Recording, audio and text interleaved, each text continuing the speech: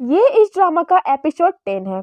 और अगर आपने अभी तक चैनल को सब्सक्राइब नहीं किया है तो प्लीज़ चैनल को सब्सक्राइब कर लीजिए। और अगर आपने इसके पिछले पार्ट्स को नहीं देखा है तो प्लीज़ उन्हें भी देख लीजिए फॉर बेटर अंडरस्टैंडिंग। और अगर आपने पिछले पार्ट्स को देख लिया है देन प्लीज़ कंटिन्यू। एपिसोड की शुरुआत में आयना कुल्लू को बोलती है कि तुम्हारे सामने दो रास्ते हैं। पहला, जिस पर जाकर तुम फीफी के पास जा पाओगे, जहां जाने का अब कोई फायदा भी नहीं है क्योंकि बहुत देर हो चुकी है। और दूसरा, जिस पर जाकर ना सिर्फ तुम गुलोई शहर में निर्धारित समय में पहुंचोगे और जीत जाओगे, और तो और इस रास्ते पे जाकर खतरे में पड़ी फीफी की दोस्त सायु को भी बचा पाओगे। तुम खुद समझदार हो, तुम ही फैसला करो कि तुम्हें क्या करना चाहिए। यहाँ ये बाघ शायू पर हमला करने ही वाला था, तभी कुल्लून वहां आ जाता है। इसका मतलब ये है कि इसने फीफी के बजाय शायू को बचाने का फैसला किया है। कुल्लून इस बाघ को मार देता है और शायू इसे गले लगा लेती है। ये दोनों फीफी के आईने से संपर्क करने की कोशिश करते हैं पर संपर्क नहीं हो पाता, तो दोनों गुलोई शहर में चले जाते हैं। इधर जब जैंगलिंग को होश आता है तो वो देखता है कि फीफी और टीलैंग सांस ले रहे हैं। जैंगलिंग जी ल्यूली को ढूंढने लगता है पर जी ल्यूली नहीं आती। उसका ये छोटा साथी आता है। जैंगलिंग बोलता है कि देखो, अब हम दोस्त हैं तो कोई शरारत मत करना और चलो जल्दी से छुप जाओ। टीलैंग के होश आते ही जैंगलिंग बच्चों की तरह खुश होने लगता है। अपना रुमाल जैंगलिंग के पास देखकर फीफी समझ जाती है कि जैंगलिंग ने उसकी जान बचाई है। फीफी जैंगलिंग को शुक्रिया बोलती है पर जैंगलिंग बोलता है कि अगर टीलैंग ने समय रहते तुम अपनी आत्मिक ऊर्जा से तुम्हें जिंदा नहीं रखा होता तो ऐसा मैं नहीं कर पाता। पर टीलैंग बोलता है कि नहीं, तुमने हमारी जान बचाई है। जैंगलिंग बोलता है कि अगर फीफी रुमाल का इशारा नहीं करती तो मैं ऐसा नहीं कर पाता। टीलैंग बोलता है तो क्या फीफी ने खुद अपनी जान बचाई है? और ये दोनों बेवकूफ़ फिर से अपने में बहस करने लगते हैं। फिर और क्या था, फीफी इन्हें चुप कराती है। इनका आईना काम नहीं कर रहा था। ये सभी गुलोई शहर के लिए निकल जाते हैं। तब जाके जी ल्यूली हमें दिखती है जो बुरी तरह से घायल थी और हालत बुरी होने के कारण वो जैंगलिंग के सामने ऐसे नहीं आना चाहती थी। ये जैंगलिंग को पहचान लेती है कि यही ताउशिम योद्धा बनेगा। ये अपना इलाज खुद ही करती है और रोने लगती है और बोलती है कि अगर मैं तुमसे ऐसे ही मिलती रही तो कुछ ही दिनों में मेरी मौत हो जाएगी, लेकिन फिर भी मैं तुमसे मिलती रहूंगी और तुम्हारी मदद करती रहूंगी। सीन शिफ्ट हो जाता है। ये तीनों गुलोई शहर पहुंच जाते हैं और कुल्लून को देखते हैं। कुल्लून को देखते ही फीफी उनके पास भागी चली जाती है और ये देखकर इन दोनों का मुंह तो देखने लायक ही था। कुल्लून इन्हें बताता है कि 5 योद्धा मर गए हैं और कुछ की अभी खबर नहीं मिली है।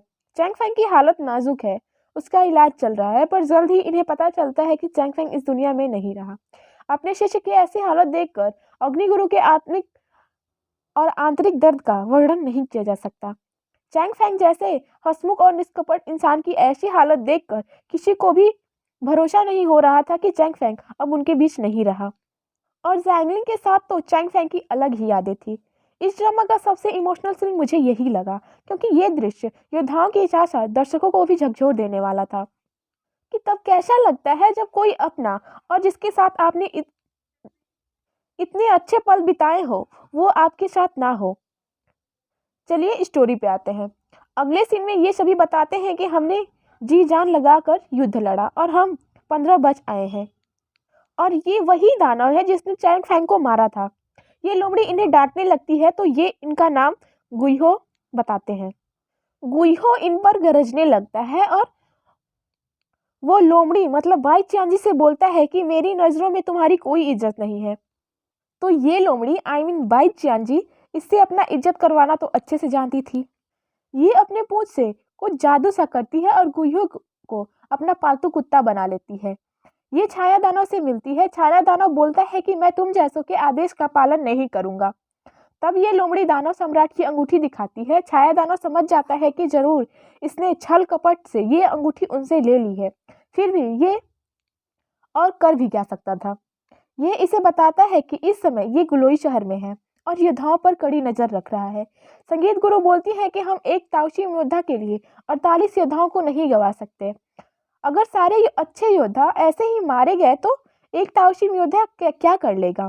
ताई गुरु बोलते हैं कि मुझे देवता यांग जियान की भविष्यवाणी पर भरोसा है, पर तरवाल गुरु बोलती है कि मुझे नहीं लगता कि हम देवता यांग जियान के भविष्यवाणी का सही अर्थ निकाल पाए हैं, क्योंकि अगर राजमाता ने तबाही के दानों का डर दिखाकर अगर देवता यांग जियान को भी रोक दिया था तो ताओसिम योद्धा क्या ही कर पाएगा।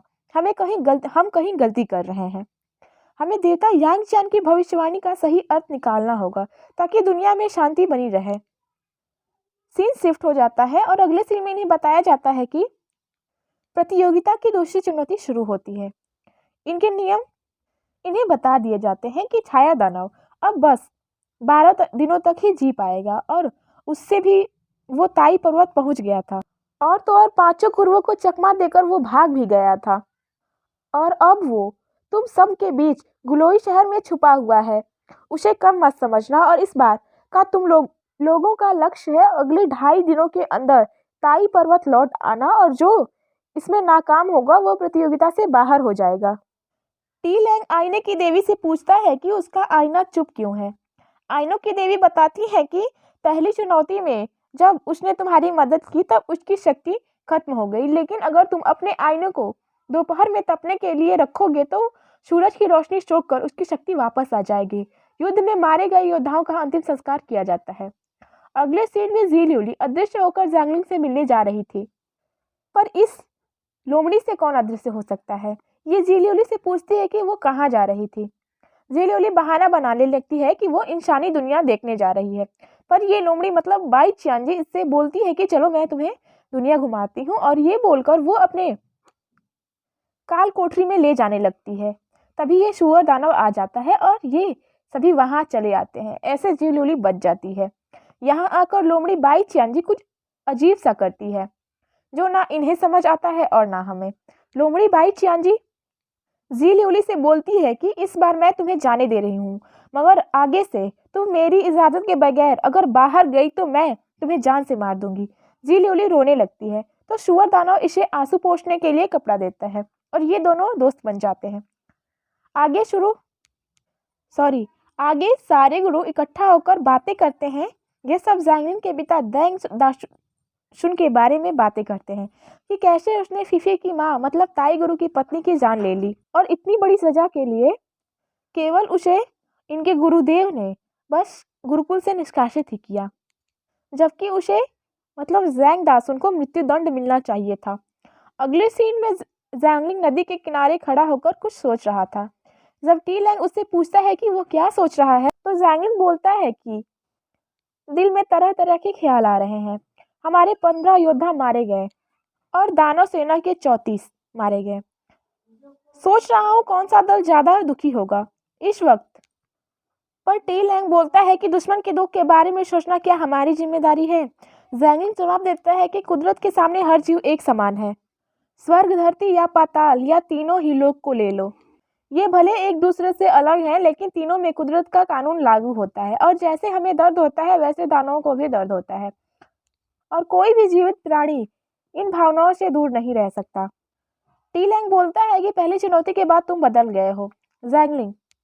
पर जैंगलिंग जवाब देता है कि बदला नहीं हूँ, बस एक अजीब व्यक्ति से मुलाकात हुई थी।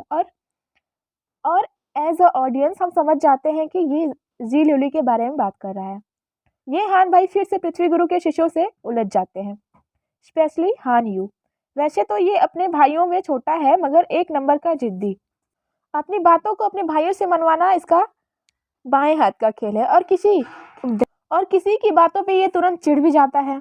दरअसल बात ये है कि हान यू इन सभी के साथ जाने के लिए तैयार नहीं था और ऊपर से अपने बड़े भाई मतलब हान सेंग को भी उनके साथ जिद करके नहीं जाने देता। इसकी वजह से ये दो दल बन जाते हैं और जो इनके साथ इनके दल में नहीं आ रहा था उन्हें ये पीटने भी लगता है, पर हान सेंग के मना करने पर ये रुक जाता है।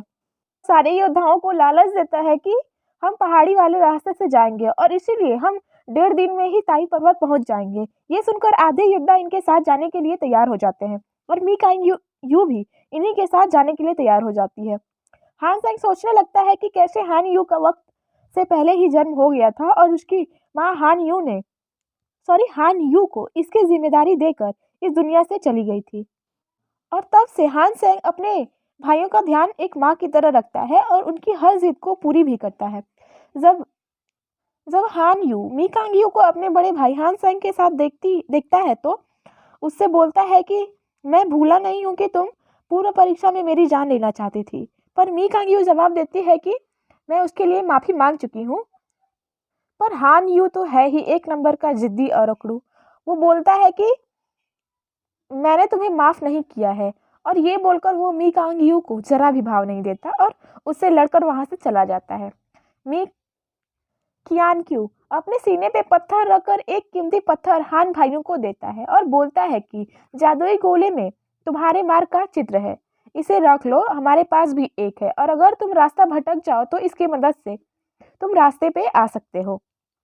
पर ओवर कॉन्फिडेंट हान यू अपने भाई को ये लेने से मना करने लगता है और बोलता है कि मुझे रास्ता पता है तो हमें इसकी ज़रूरत नहीं है। पर हान संग ये पत्थर ले लेता है। चिकित्सा दल भी इनकी मदद करने के लिए दो दलों में बंट जाता है। हान भाइयों का दल सफर पर निकल जाता है और हम देख पाते हैं कि छाया दानव हान यू के झोले में छुपा हुआ था। चलते चलते सभी थक जाते हैं पर बर्फ में जमने की वजह से फीफी और टीलैंग थकान के मारे और चल नहीं पा रहे थे। और ये देखकर कुल्लून इन सभी के सामने ही फीफी को अपने पीठ पर उठा लेता है। ये देखकर तो ये इन दोनों का मुंह ही बन जाता है और सायु को कुछ खास अच्छा नहीं लगता। और यंग भी जू सांग से खुद को पीठ पे उठाने के लिए बोलने लगती है पर ये भाग जाता है और जब वूफान इसे उठाने के लिए बोलता है तो ये बोलती है कि मैं चल सकती हूँ। ये सुनकर जैंगलिंग टीलैंग से बोलता है कि अगर तुम चाहो तो मैं तुम्हें उठा सकता हूँ। टीलैंग बोलता है बेवकूफ़ हो क्या। चलते चलते ये दोनों वांगवी के बारे में बातें करने लगते हैं कि वो अक्सर भीड़ से गायब हो जाता है। तभी वांगवी इनके पीछे से आकर बोलता है कि कोई भी पीठ पीछे मेरी बातें करे कि मुझे जरा भी पसंद नहीं है और अचानक गायब भी हो जाता है। हान भाइयों का दल हान यू के जिद के कारण और छाया दानव के भ्रम के कारण रास्ता भटक जाते हैं। कुल्लून का दल एक शहर तक पहुंच जाता है जहां ये थोड़ा आराम करने के लिए रुकते हैं। यहाँ ये सभी गर्म पानी के कुंड में नहाते हैं। नहाते नहाते टीलैंग जैंगलिंग से पूछता है कि मैं किसी को पसंद करता हूँ या नहीं, ये कैसे पता चल सकता है। जैंगलिंग बोलता है कि मुझे नहीं पता ये एहसास कैसा होता है और इस मामले में मैं तुम्हारी मदद नहीं कर सकता, पर तुम खुद अपनी मदद कर सकते हो क्योंकि तुम किसी की सच में फिक्र करते हो। और क्या तुम उसे ये बात बताने वाले हो। टीलैंग बोलता है कि फीफी का जवाब मेरे लिए बहुत अहम है, पर फिर भी मैं उतना बेवकूफ़ नहीं हूँ और वो जिस तरह कुल्लून को देखती है वो देखकर मुझे जवाब मिल गया है। और वैसे भी मैं बस ये जानना चाहता हूँ कि मैं सच में उसकी फ़िक्र करता हूँ या नहीं, क्योंकि उसकी खुशी में ही मेरी खुशी है। जैंगलिंग आगे शायू फीफी से बोलती है कि कभी कभी तुमसे जलन होती है फीफी, क्योंकि तुम्हारा कुल्लून कितना ख्याल रखता है। फीफी बोलती है कि ऐसा नहीं है, हम दोनों एक साथ पले बढ़े हैं, इसीलिए हम दोनों में गहरी दोस्ती है और गहरी दोस्ती होना स्वाभाविक भी है। और कुल्लून तुम्हारा भी तो ज्येष्ठ गुरु बंधु है, तो वो तुम सबका ख्याल रखता है। पर शायू तो अपनी ही रट लगाए हुए थी और बोलती है कि मुझे तो लगता है कि यहाँ रुकने का फैसला उसने तुम्हारी वजह से ही लिया है, क्योंकि तुम थोड़ा आराम कर पाओ। शायू की बातों को इग्नोर करने के लिए फीफी दूसरी बातें करने लगती है, पर ये मैडम एक ही बात के पीछे पड़ी हुई थी। ये सभी चांद को देखते देखते आराम करते हैं। भरपूर आराम करने के बाद ये दोनों अपने कवच के बारे में बातें करने लगते हैं कि कैसे इनका कवच संकट के समय एक्टिव हो जाता है और ये हमें कंट्रोल करने लगता है। ये सोचने लगते हैं कि कहीं इनका कवच शापित तो नहीं है। इन सभी सवालों के जवाब तो इस कवच को बेचने वाला ही दे सकता है। ये दोनों कियानक्यू के पास जाते हैं। ये कियानक्यू बताता है कि ये कवच हमारे पूर्वजों को पहले युद्ध में मिला था और ये दिखने में बिल्कुल मामूली थे, इसलिए इन्हें वैसे ही कहीं रखा और सस्ते में ही बेच दिया।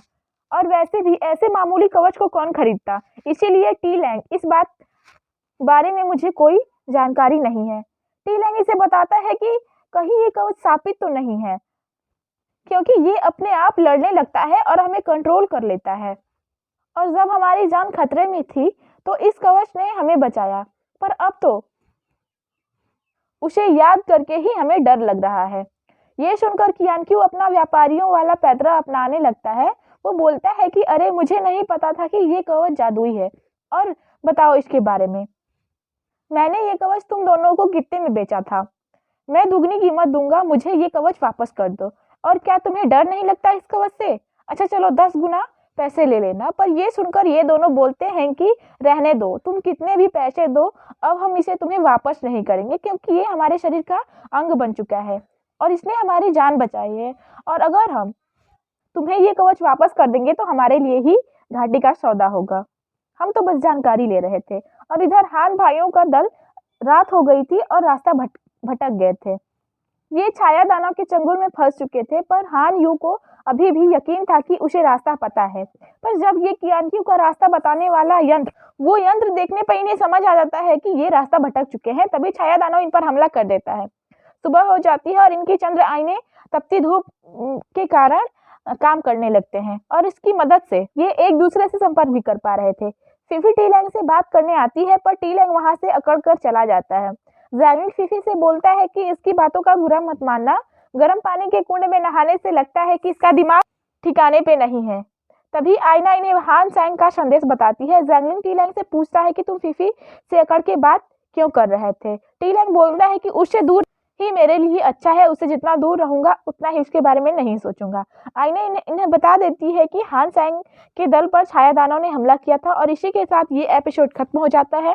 और अगर आपको ये एक्सप्लेनेशन अच्छा लगा हो तो प्लीज़ वीडियो को लाइक करिएगा, चैनल को सब्सक्राइब करिएगा। मिलते हैं अगले एपिसोड में। धन्यवाद।